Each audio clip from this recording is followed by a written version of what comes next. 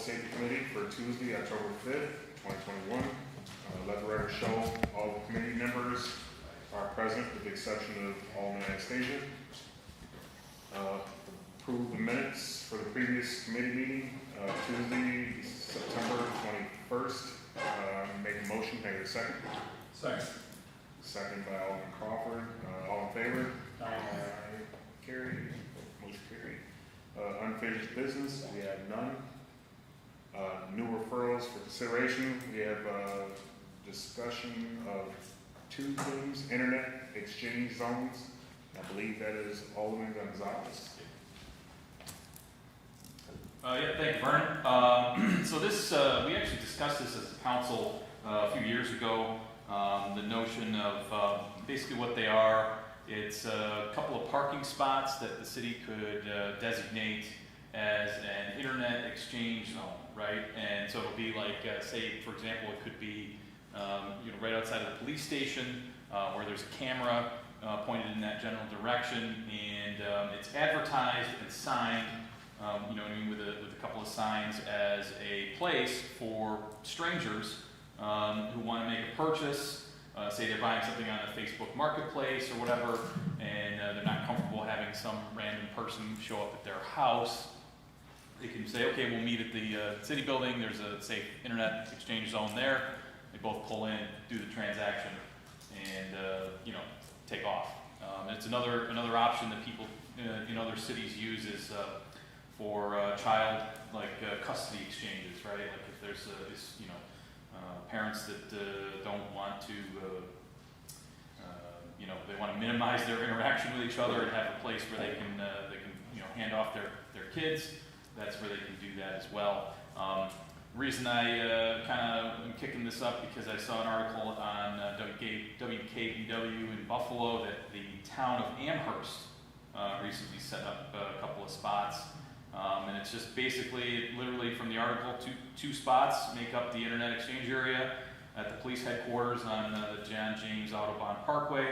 They're lit and they're under 24-hour video surveillance. Individuals can exchange items in the front lobby, or they can just go right to the spot and do it right there, be under surveillance. So I think this is one of those things that's like, relatively low cost. I mean, what would it cost us to sign? I don't know if we have a camera there, but obviously we could, just kind of position it where there is a camera. And it's just one more thing we offer people in Olean in terms of, a service. This is almost like a passive service that doesn't really take any maintenance or anything like that. It's just a thing that we can say people can do. So I think it's kind of forward thinking. A lot of people are buying things on the marketplace. I mean, I know I can put anything on the Facebook, whatever garage sale sites and sell anything. 15-year-old rollerblades. People will buy it $5 for them, right? So, I think we should consider that. I don't really know where it would necessarily be. I'm totally up for negotiation with that. I just think it's something we should, discuss. So, any feedback or? Paul, I think we already do something with the courts for parents to pull in and pick up kids. But I'm sure it would probably be up to Chief Richardson what he thinks about it. I'm for it. I think it's a great idea. I think it's a good idea. We do have custody exchanges on Times Square, but I would like to add one more camera like in the center of the building, because we have a camera on the court entrance here and one down on our entrance, but we really need to add one more. Where are you thinking, Ryan? The blue heaters out here? Maybe you get a camera on the building right there, so you can get that. I think that's a good idea. Great idea. Okay. Alderman Rollins. Can I ask a question? Yeah, sure. You're the chair, so I'm going to ask Yeah. for permission. So I remember when you brought this up before, Paul. It makes all the sense in the world. And I'm not trying to bring up negatives, what stifled it before? It was a concern over liability. Is that concern alleviated? Obviously other communities are doing it. What is our risk? I'm not sure. I know that that's exactly what it was. I think it kind of came down to are we putting these signs up, is that implying some kind of liability? Whereas if something did go wrong in a transaction right there, what liability would the city have?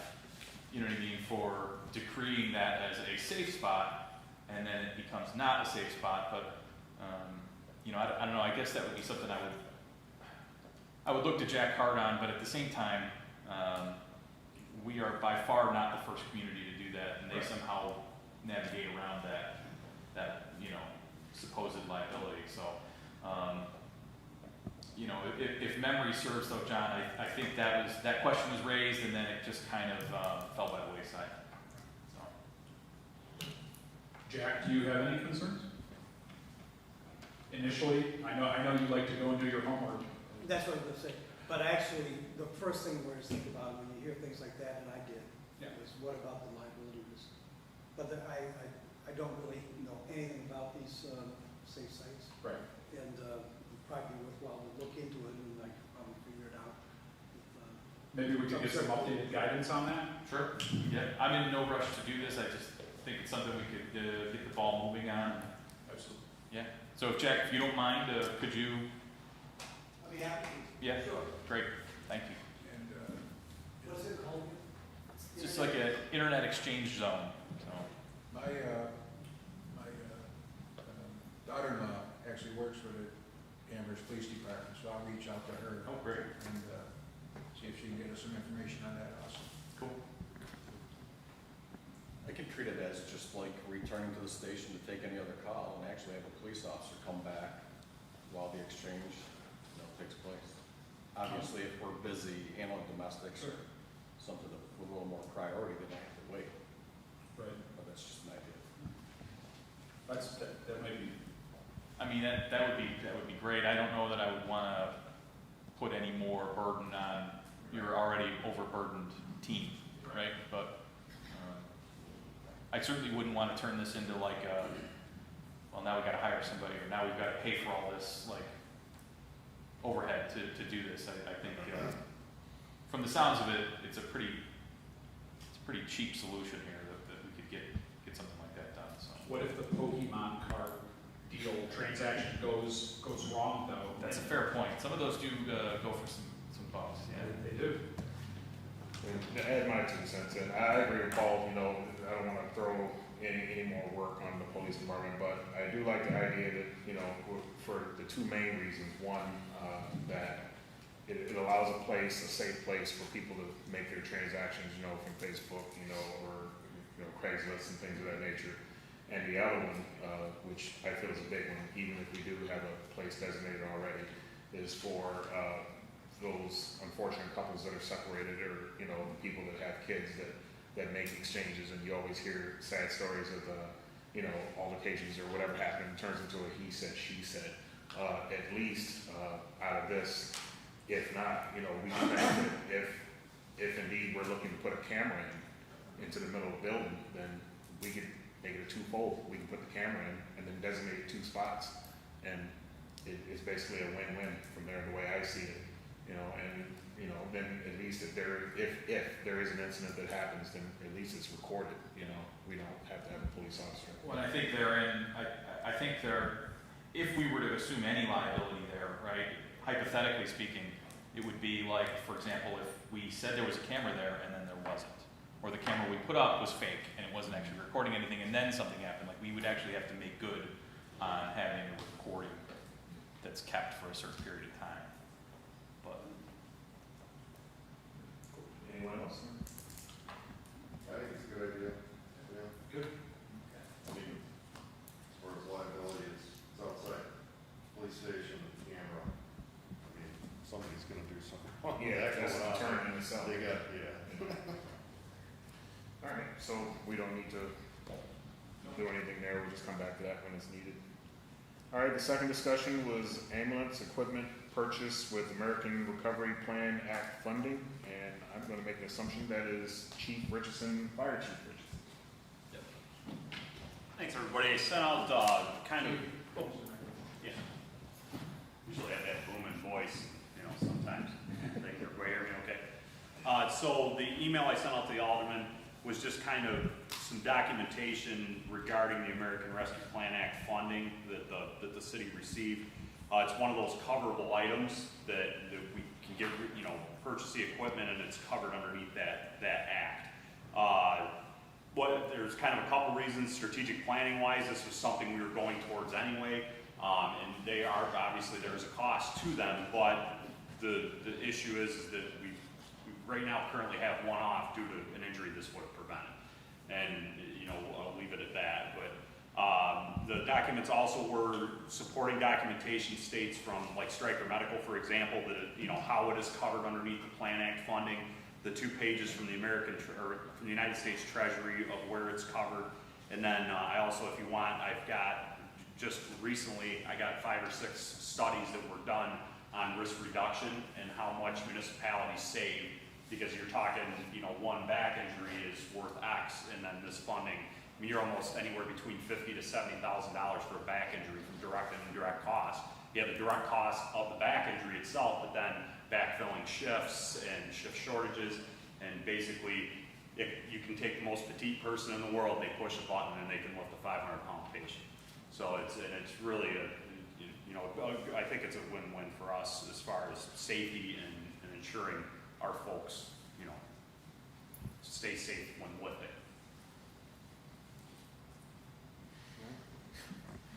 Alderperson Witt? Thank you. Chief, what is the cost of it? The cost, I did include it in the email.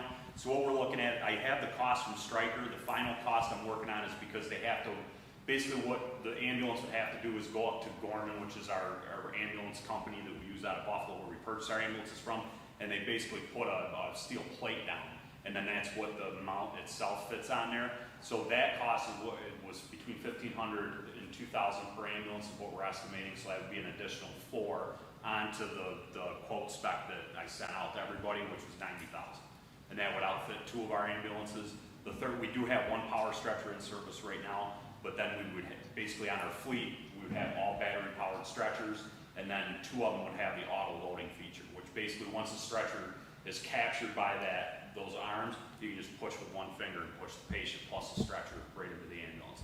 The other thing is, from a patient safety standpoint, is that these mounts are what they call the SAE certified, that they're meant to sustain a significant impact or a rollover, and they capture that stretcher to prevent it from becoming dislodged, or if the ambulance rolls over, the patient stays suspended and doesn't, hurt them or the crew itself. So they're really robust system. I think it's great. Being in the medical field, I know lots of nurses that ended up with back injuries and firemen. But I was talking to a couple of EMTs yesterday at our COVID clinic, and we were watching the video she sent us. Mm-hmm. And they said, yeah, we have a lot of them around here. So I think it would be something that we really should seriously think about getting. So I totally support. And I could have the total final bill by week's end. As far as that's all we're waiting on is a call from our rep up in Buffalo to see what the installation costs are of the mount itself. So I've got a question for the mayor. If you don't have the numbers, Bill, right off the top of your head, that's fine. So where do we stand on our funding? Well, we have not, it's in an account. Right Okay. now, it's in the account that the state has said we put it into, and we received a check for over $700,000. And then we will get another one next year for over 700. There's 700 and some in there. So we do have, it is a fundable item under our, and so we can, that's something that we can fund, and we have the money. I think it's a great idea. I think it's very good use of the art money. And like the chief said, we have 1 person off now. This could have, the injury could have been prevented. And, it's going to safety's a must when it comes to our employees, our fire department, all our police department, and see all of the DPW. And if we can do things better to make our people safer, and we do, and we'll benefit from it. Because like the chief said, that person is off now, we're backfilling with overtime. So. Now, didn't we, and this is where I need a reminder, did we commit money from that for like the vacuum truck and things like that? Yeah, that's, everything that we're being told, the vacuum truck is not fundable. Oh. Equipment's, from that standpoint, Infrastructure equipment is not, yeah. Now, this is under a different category. This Emergency This is, yeah, yeah. okay. But we're still working on that. Okay. We're hoping that, we watch they have the Q&A section that comes out with all these questions and stuff. And, I did talk to, people at NICOM when I was there a couple of weeks ago, and, Barbara Van Eck felt that that would be a real stretch if we tried to do that, so. Okay. So we have not spent anything yet under that. Okay. Alderman Dennis? Chief, this equipment from Stryker, does it come with a performance guarantee for so many years? Yeah, there's usually a 5-year warranty. I'd have to look to be specific.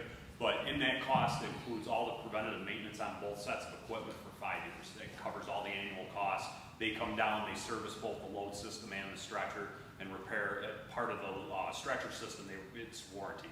So if something goes wrong, then they do that themselves.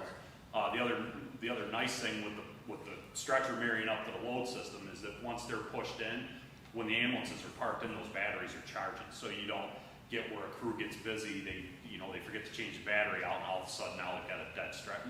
They can still operate it, but it's a smart charge system, so it does well for the batteries too. Okay. Another, we got a follow. Yep, go ahead. Thank you. Chief, when was the last time we adjusted the rates on the ambulance? I would 17 or 18, I think. I would say. Yeah, and our biller does a good job of staying on task. Like if we fall behind competitor rate, they'll say, hey, you should probably bump up, and I can certainly put an inquiry in to see where we stand. Would you mind? Yeah, no, not at all, not at all. Yeah. I think maybe 4 years ago. Okay, and so how frequently do those rates typically change for a municipality? It's all based on your fee schedules of what your insurance company state. Generally, Medicare fee schedule is the standard, and it kind of just goes depending on that. Well, just out of curiosity, Yeah. if you could just look into that Absolutely. for us, that would be great. Other than that, I can't think of this is a great idea, this is a great use of the funds, and it's a service that our community ultimately benefits from. So, but it's got my full support. So. Alderman Witt? Thank you, I have a follow-up too. Yeah. And mine is just basically, I think the mayor's right, it's looking out for the health of our employees, but it also, you don't want to injure your patient. Right. And I know, just being a nurse, people fall, whether it's in a Hoyer lift or an ambulance stretcher, they could fall and people can be dropped because they're so heavy. So I think it's a benefit to the community also. Yeah, presently right now we have a hook in the back of the ambulance, basically like a jet landing on an aircraft carrier. And the hook, and that's what the standard is, but the hook catches a bar underneath the stretcher. Problem is sometimes if you're on an incline, you have to watch when that comes out because the incline of the ambulance will be lower than the stretcher and it'll miss the hook. And but whereas with this load system, it captures it until it comes out and then releases the wheels down. So it's a liability reduction as well. Chief, does this lower insurance by any chance? What's that? Does this lower insurance by any chance because of the fact that it helps with alleviating the issues that I honestly don't know if it does or not. If I may, it very well may when we get, our carrier does when they re-up and give the information and on our how many claims we've had and things like that. So it very well may reduce the rate too. Okay. But we can also check into that. And just to add on to it, when it comes to safety, everyone's always preaching ergonomics. So, it's sad when you hear about, you're trying to help someone and then you actually get hurt. So, yeah, I'm for this, definitely support it. And do we need to create a PL or? We can put together a PL for the next meeting. Okay. Is there any other questions on that? or anything else? All right. Just to be a smart ass, it sounds like what the state uses, they call Tommy gates to go out and pick up dead animals on the road. It's a back saver, so I'm for it. All right.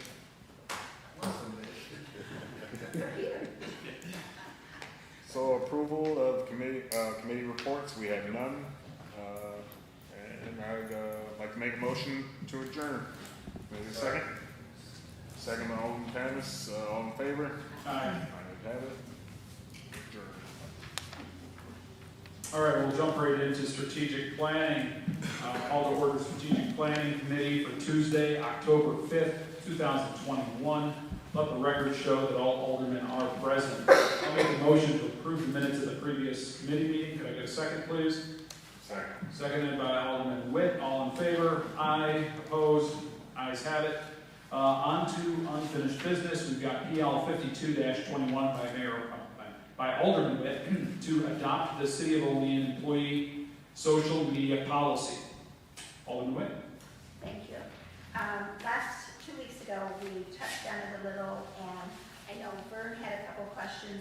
I tried to stop in today to meet and talk with our HR person, because I wanted him to look at it also. Just because of his experience, I'm assuming that he's dealt with this before. And so what I'd like to do is just continue to postpone this until I get a chance to talk with him. And does anybody have any questions? I personally, I'd rather wait until you get more info and present that, and then we'll go from there. Okay, thank you. Is that okay, John? Yeah, that's fine. So you want to make a motion to postpone till the next strategic planning meeting? Yes, I'll make the motion. I'll second it. All in favor? Aye. Opposed? Okay. This is postponed. So we have no new referrals, no approval of committee reports. So I'm going to make a motion to adjourn strategic plan. Can I go second, please? Second by Alderman Gonzalez. All in favor? Aye. Opposed? Ayes have it. And at this time, I will call to order committee of the whole for Tuesday, October 5th, 2021. Let the record show that all aldermen are present. So we've got no unfinished business, but we have a continuing work session on the Civilian Review Board. So to give a little backstory here, I want to first thank everyone for the ongoing efforts. It's we've been going through this now for a number of weeks. And there's been certainly a lot of effort put into it before it was brought to us. And last week, Alderman Panis wanted to work on a simplified civilian review board model that would take the oversight and transparency aspects of the existing document that we've been reviewing, which, if you all recall, came out of the CRB Creation Committee, but also combine it with the community policing and neighborhood involvement, as well as the policy creation portions of the union's proposal. After meeting with Alderman Panis, giving some of my advice, we sat down and met with Alderman Robinson. He provided some really great feedback on the revised 5-page draft, and I feel confident that this new working document or proposal will meet most of our city's needs, the council's needs, and our organizations, our community and our organization's needs, while also expediting the process of passing this important legislation. So rather than dissect this, as this is just we just had another meeting beforehand here, so rather than go through and dissect all of this right now, I certainly want to give an opportunity to all of the aldermen, the mayor, the city attorney, as well as our police chief, time to review and comment on this. So what I'm going to do is I'm going to ask to come back to the table, all right, on this subject. Alderman Panis, do you have drafts of this revised that have been handed out? Yeah, everybody's got it. Okay. And so in 2 weeks' time, I ask everyone to please make comments on it, and that should give plenty of time for our police chief and city attorney to review and make comments, as well as our mayor. And I look forward to having our conversation then at that time. I want to give a special special credit and a special thanks to the time and effort that Alderman Robinson and Alderman Panis put into this. Ultimately, you know, we've been presented with a lot of information from a lot of different angles, be it community members, lawyers, attorneys, and the aldermen and the police side as well. So they did a great job coming together and collaboration, and so hopefully in 2 weeks we can see where the council stands and if we can move this forward quicker. Okay? So we're not going to dig into that this week, and at this time we actually do have a need to go into executive session for contract review. Is that what we would say? Contract negotiations. So I'll make a motion to enter executive session. Could I get a second, please? Second by Alderman Witt. All in favor? Aye. Opposed? Okay. We are in